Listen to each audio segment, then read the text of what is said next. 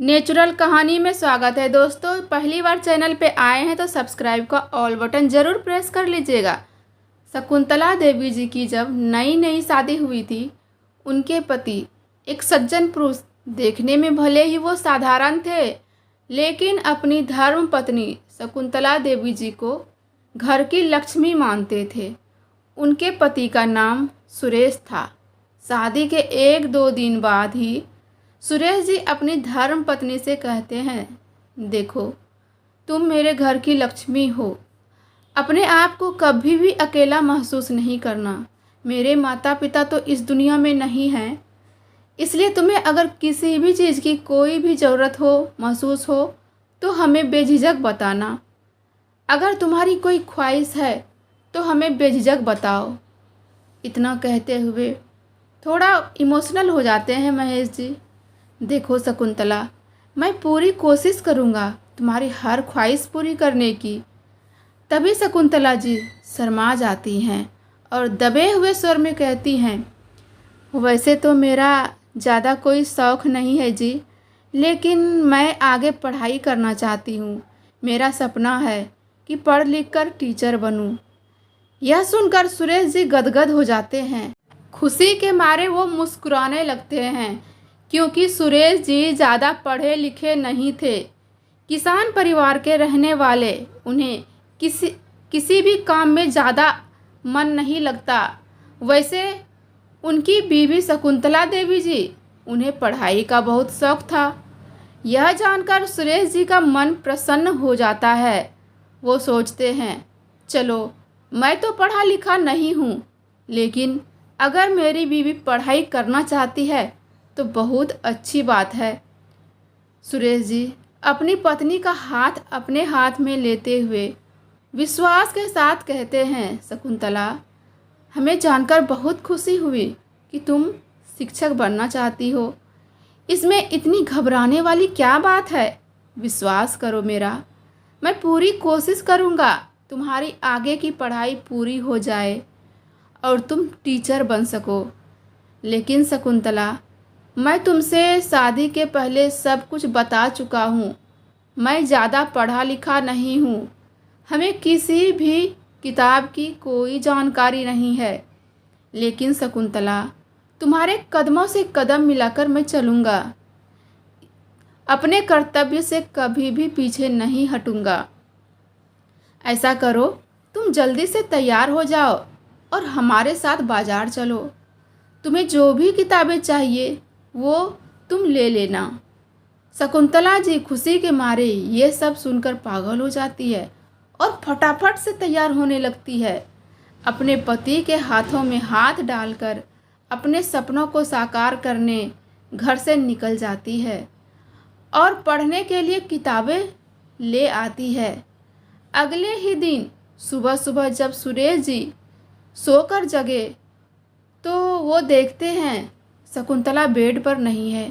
वो आवाज़ लगाते हैं, शकुंतला, शकुंतला, तुम ठीक तो हो ना? कहाँ चली गई? पता नहीं किधर चली गई मेरी बेबी, नज़र नहीं आ रही। वो थोड़ा बड़बड़ाने लगते हैं।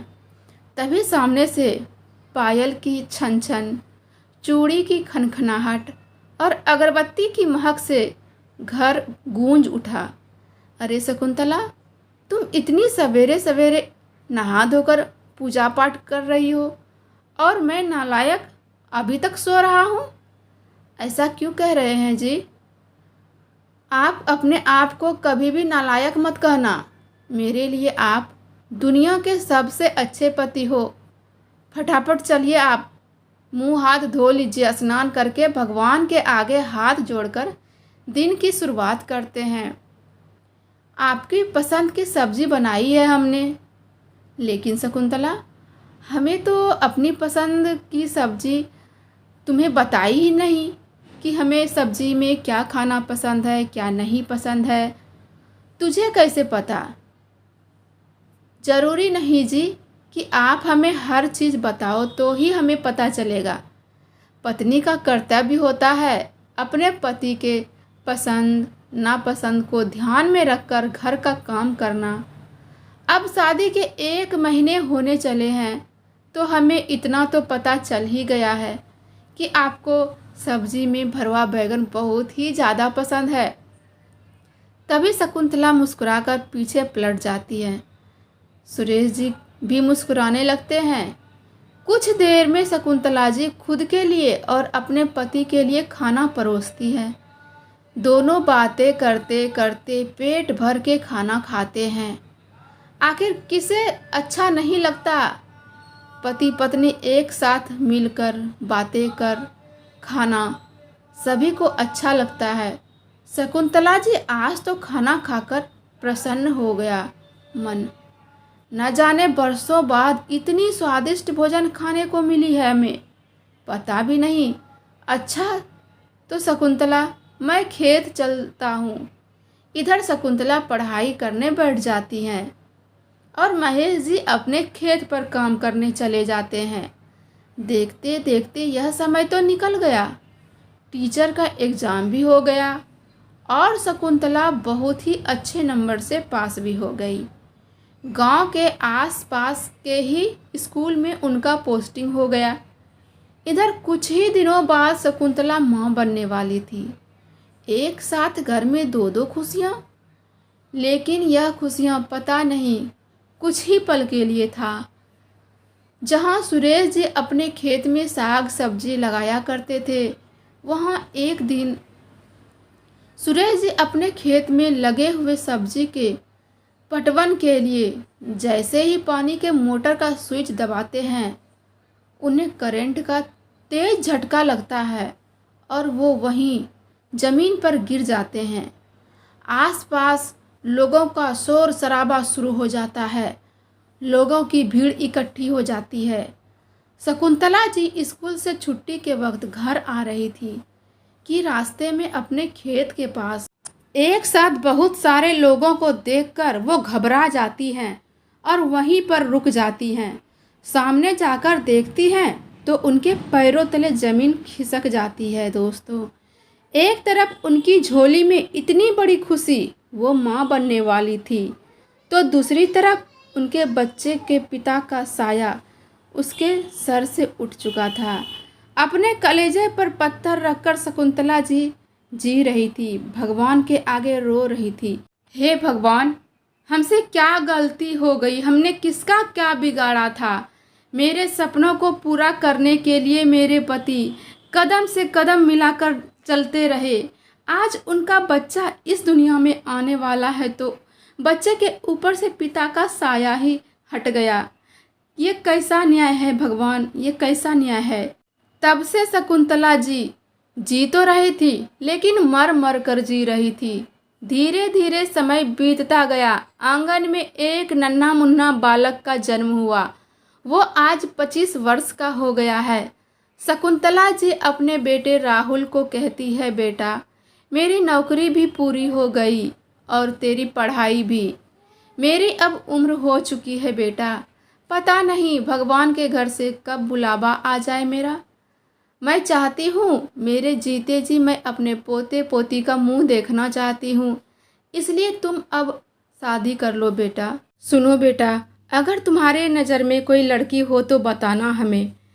जी वो माँ। राहुल शर्मा जाता है और धीमे स्वर में कहता है, मेरे साथ कॉलेज में एक लड़की पढ़ाई करती थी जिससे मेरी दोस्ती हो गई। बहुत अच्छी है, मुझे बहुत पसंद है माँ, वो भी हमें पसंद करती है। इस तरह दोनों की शादी हो जाती है। शादी की पहली रात शकुंतला जी अपनी बहू से बातें करते हुए रोने लग जाती हैं, फूट फूट कर। उनका गला भर आता है, उनकी आंसू की धारा पैरों तक गिरने लग जाते हैं। बहू, देखो बहू, हमने अपने जीवन में बहुत दुख झेले हैं बहू, लेकिन मैं जब तक जीवित हूँ ना, तुम्हारे ऊपर एक आंच तक नहीं आने दूंगी। वैसे भी बहू, तू हमारे लिए बहू नहीं, बेटी है, बेटी। अगर तुझे किसी भी चीज़ की आवश्यकता महसूस हो ना, तो मेरे पास आना, बेझिझक बताना, ठीक है ना? अब मैं अपने कमरे में चलती हूँ, काफ़ी रात हो गई है, थकान भी महसूस हो रही है। शकुंतला जी इतना कहते हुए अपने कमरे में सोने चली जाती हैं। धीरे धीरे समय बीतता गया। शकुंतला जी की बहू सोनी शुरू में तो ठीक ठाक रही, धीरे धीरे वो अपनी सासू माँ से चिढ़ने लगी थी, क्योंकि जब भी अपने घर की रीति रिवाज के बारे में शकुंतला जी अपनी बहू को बताती, उसे बहुत तेज गुस्सा आता। पलटकर अपनी सासू माँ को जवाब दे देती, माँ जी, आपको बैठे बैठे मन नहीं लगता क्या? दिन भर दिमाग में कुछ न कुछ चलता रहता है बेकार में। आप हमें परेशान करते रहते हैं। क्या हुआ अगर हमने दिन में बहुत सारा खाना बना लिया तो? खाना बच जाएगा तो रात में खा लेंगे। बेकार में आके मेरा दिमाग ख़राब करती रहती हैं। लेकिन बहू, सुबह का खाना अगर रात में खाएंगे रोज़ रोज़ तो वो हमें पचने में परेशानी हो जाती है। ऐसे में मेरा तबीयत और भी ज़्यादा बिगड़ जाता है। माँ जी, मैं अब और आपकी फरमाइश नहीं पूरी कर सकती। अगर आपको ताज़ा खाना है तो खुद से बनाकर खा लीजिए ना। यह सुनकर शकुंतला जी का कलेजा हिल गया। वो सोचने लगी, क्या इसी दिन के लिए हमने अपने बेटे को पोस पाल कर बड़ा किया, उसकी शादी की। अब सोनी हर रोज़ अपनी सासू माँ को बेइज्जत करती रहती, ताना देती, बहू जरा मूंग की दाल खिचड़ी बना देना। बहू, मेरा पेट खराब हो गया है, ना जाने क्यों पेट में काफ़ी दर्द हो रहा है। बड़ी आई मूंग दाल की खिचड़ी खाने वाली महारानी। हमने कहा ना आपसे माँ जी, आपको कुछ भी खाना हो तो खुद से बना लेना। मुझे और भी बहुत सारे काम हैं घर में। खुद के लिए खाना बनाऊं, पति के लिए खाना बनाऊं, या फिर आपकी फरमाइश की मूंग दाल की खिचड़ी बनाऊं? आप ही बताइए ना। लेकिन बहू, मेरे तो हाथ पाँव ही नहीं हिल पा रहे हैं बहू। मैं खुद से कैसे खिचड़ी बना पाऊंगी? तो मेरी तबीयत बहुत ज़्यादा ख़राब है, हमें अंदर से बहुत ज़्यादा कमजोरी चक्कर आ रहे हैं बहू। अरे माँ जी, तो इसमें क्या दिक्कत है? जब आपके हाथ पाँव हिलने लग जाएंगे तब खिचड़ी बना लेना।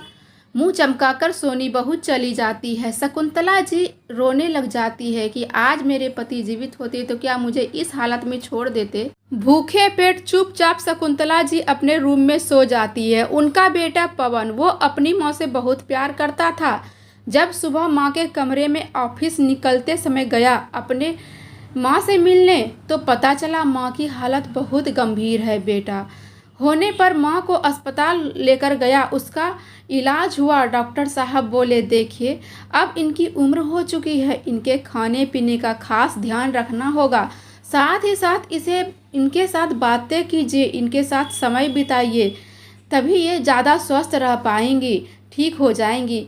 मैं कुछ दवाइयाँ लिख देता हूँ, जल्द ही ठीक हो जाएंगी ये। पवन सब कुछ समझ गया था, सब कुछ समझ चुका था कि सोनी उनकी माँ के साथ अच्छा व्यवहार नहीं करती हैं, क्योंकि घर में उनके अलावा कोई है ही नहीं। फिर डॉक्टर ये बात क्यों बोले कि इनके साथ समय बिताइए, अच्छा व्यवहार कीजिए। अब पवन माँ का खास ध्यान रखने लगा था। माँ, आप कोई चिंता मत करो, मैं हूँ ना, आपको कुछ भी नहीं होने दूंगा। मेरे लिए आप सबसे ज़्यादा ज़रूरी हो माँ। बेटे की अनमोल भरी बातें सुनकर धीरे धीरे शकुंतला जी बिल्कुल ठीक हो जाती हैं। अब घर में सब कुछ अच्छा चल रहा था, तभी सोनी की हालत खराब हो गई। जब पवन ऑफिस चले गए थे, शकुंतला जी घबरा गई। सोनी, कुछ तो बोलो, उल्टी पर उल्टी किए जा रही हो, क्या हुआ? तुझे हुआ क्या है आखिर? सोनी को सांस लेने में काफ़ी तकलीफ हो रही थी, पेट में बहुत दर्द हो रहा था, उसके अंदर कुछ भी ताकत नहीं बचा था, वो जमीन पर गिर पड़ी थी। शकुंतला जी अपनी बहू सोनी को धीरे धीरे उठाकर उसके कमरे में बेड पर लेटा देती है। सोनी को भूख तो बहुत तेज लगी थी, पर कुछ भी खाने का मसालेदार मन नहीं कर रहा था। गर्मी बहुत तेज थी, लेकिन सोनी को लग रहा था कि अब सासू माँ से क्या बोलूँ, वो बोल ही नहीं पा रही थी। तभी शकुंतला जी कहती है, बहू तुझे बोलने की कोई ज़रूरत नहीं है, मैं तेरी मन को समझ चुकी हूँ। तेरी सास नहीं हूँ मैं, माँ हूँ, सब समझती हूँ। इस हालत में सादा भोजन खाने का मन करता है। मैं अभी तेरे लिए मूंग दाल की खिचड़ी बनाकर और अचार लेकर आती हूँ, तुझे अच्छा लगेगा बहू।